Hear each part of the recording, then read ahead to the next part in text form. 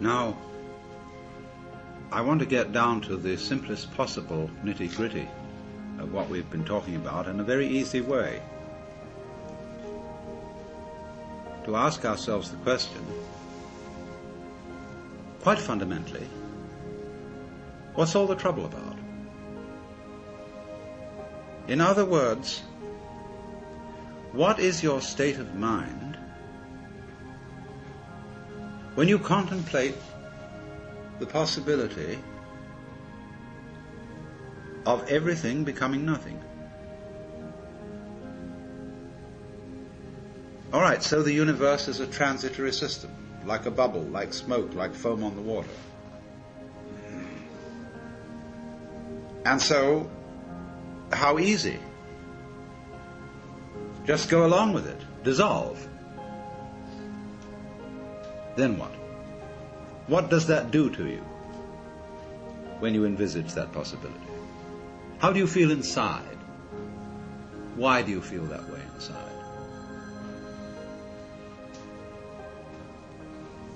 And really, you can't resist this. Even if you don't believe that that's what's going to happen, that there is some immortality principle, there is spirit or something which outlasts this change. Supposing it changes and changes and changes and changes and then stops changing altogether. Because everything, in the end, you know, when the television switches off, the screen goes down to a point which vanishes. Shut off. Supposing that is the conclusion of it all, and anyway, time goes by so fast, doesn't it? And the older you get, the faster it seems to go. When you're a child, time drags a good deal, seems much slower. But as you get old, you begin to read obituary notices with your contemporaries in them, and you see everything changing. You think, well, it won't be long now, after all. And it dissolves.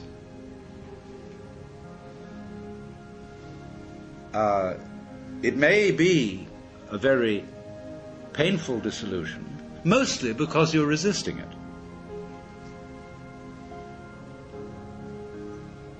So, what's the problem?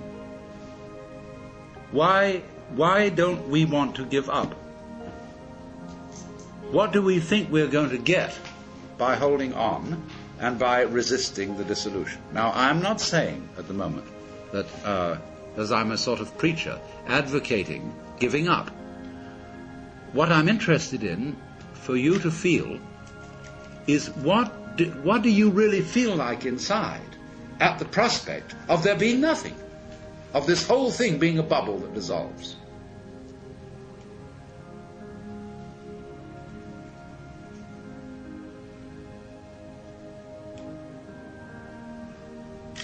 You see, about death, the reality of approaching death, people are apt to feel chilly, cold, lonely,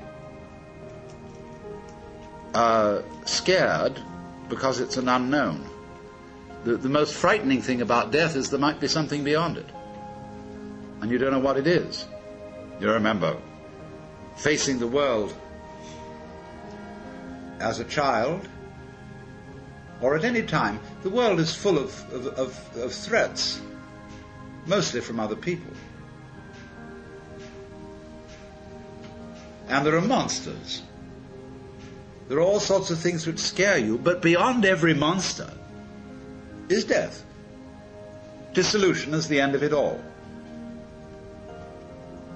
And by and large, the art of government is to fill that void beyond death with threats of a rather unspecified nature,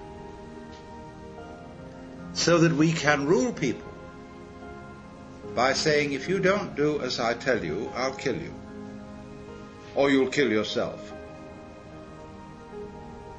And so long as we can be scared of that, and so long as we can be made to think of death as a bad thing, we can be ruled. And that is why no government likes mystics. Because if we define the mystic as the person who is no longer scared of death, because the mystic is, in the simplest possible language, the person who understands that you have to have nothing to have something. So, you can't fundamentally scare the mystic with death. Because, say, well, what end can it all come to? What's all the trouble about? The most it can come to is nothing. I mean, there may be some troubles on the way of resisting this, basically resisting it. I mean, as you might say, the very cells in your body resist their dissolution. And so, in this resistance, there's an experience called pain, which we've been discussing. But beyond pain is annihilation. Or so it seems, anyway. What will it be like to go to sleep and never wake up? Nobody can think about it. Now, wait a minute.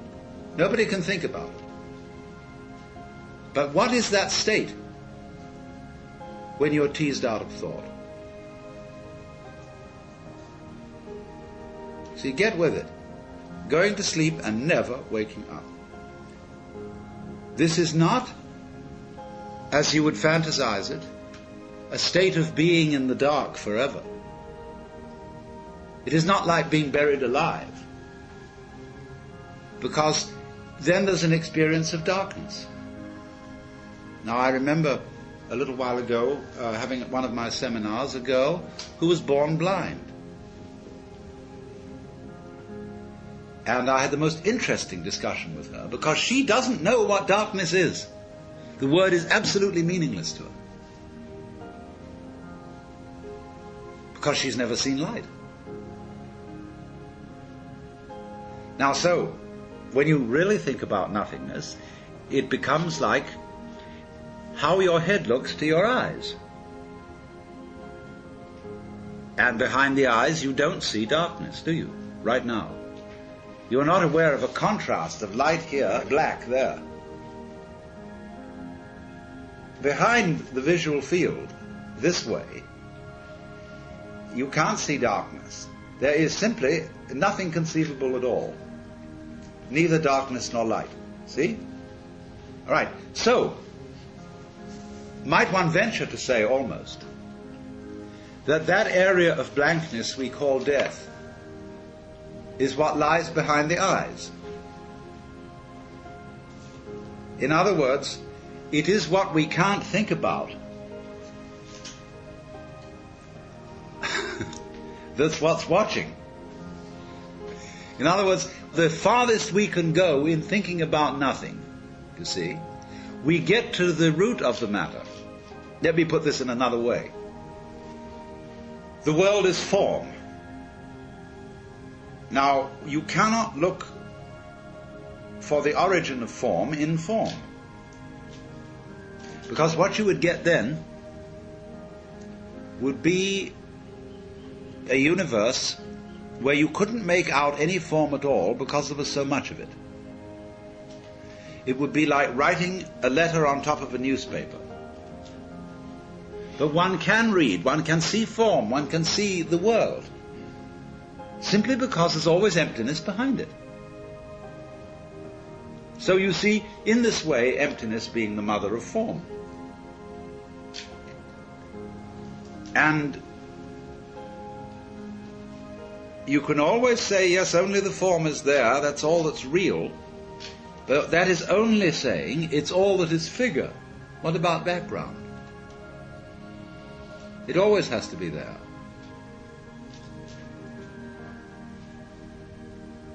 So let's go on then into our visualization, our imagination. Use your imagination for all it's worth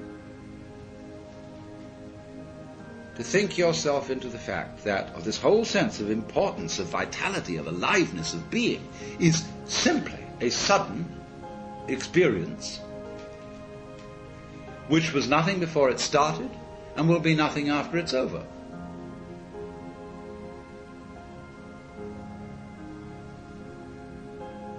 That is the simplest possible thing you could believe in. It requires no intellectual effort. Nothing. Supposing that's the way it is. Now I repeat, what's your inside feeling about that? Supposing, let's say, you feel sorry.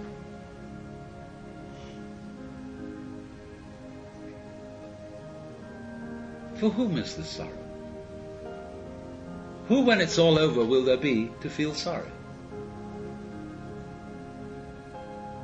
But when it's come to an end, nobody will either regret or be happy about it.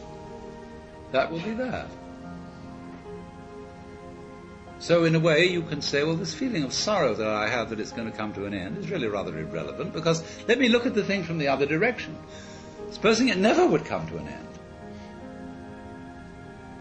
In other words, here is this alternation of joy and sorrow.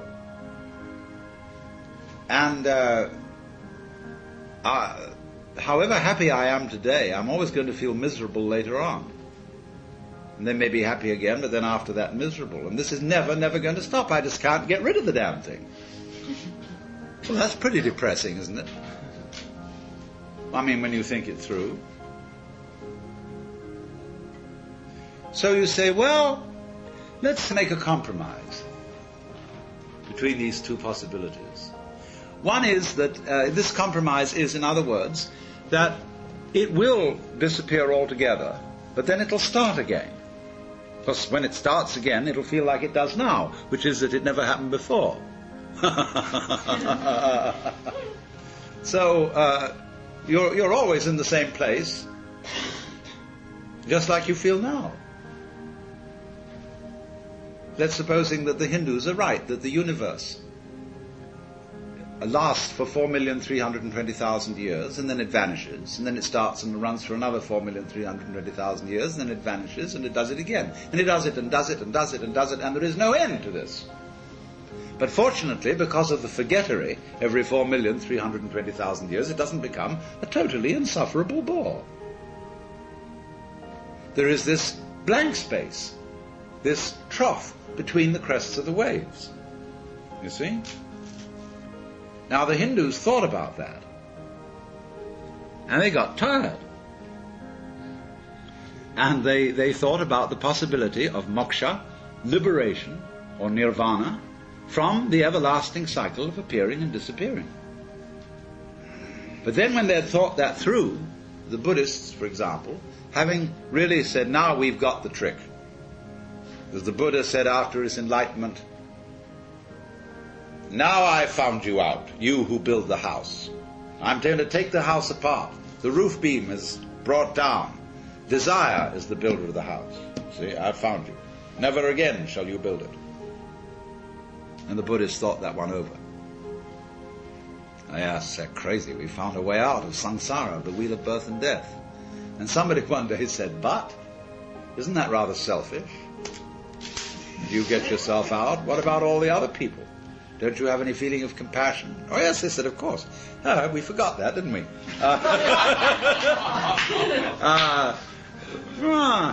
Let's come back again and help all these people out. And then they got very sophisticated about it. And they said, look,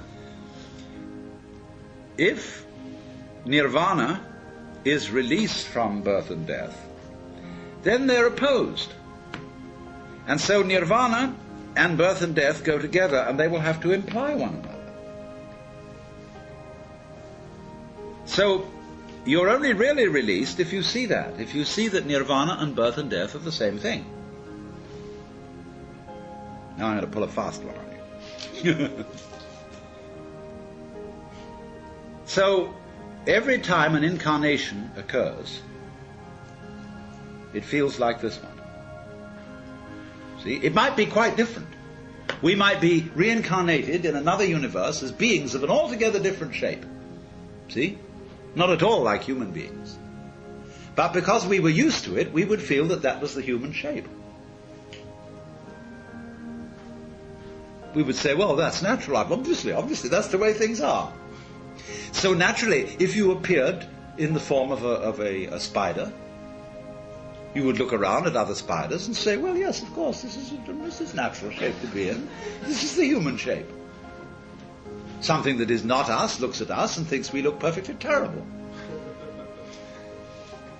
I mean, imagine how you look to a fish. Clumsy, cumbersome, stupid-looking thing.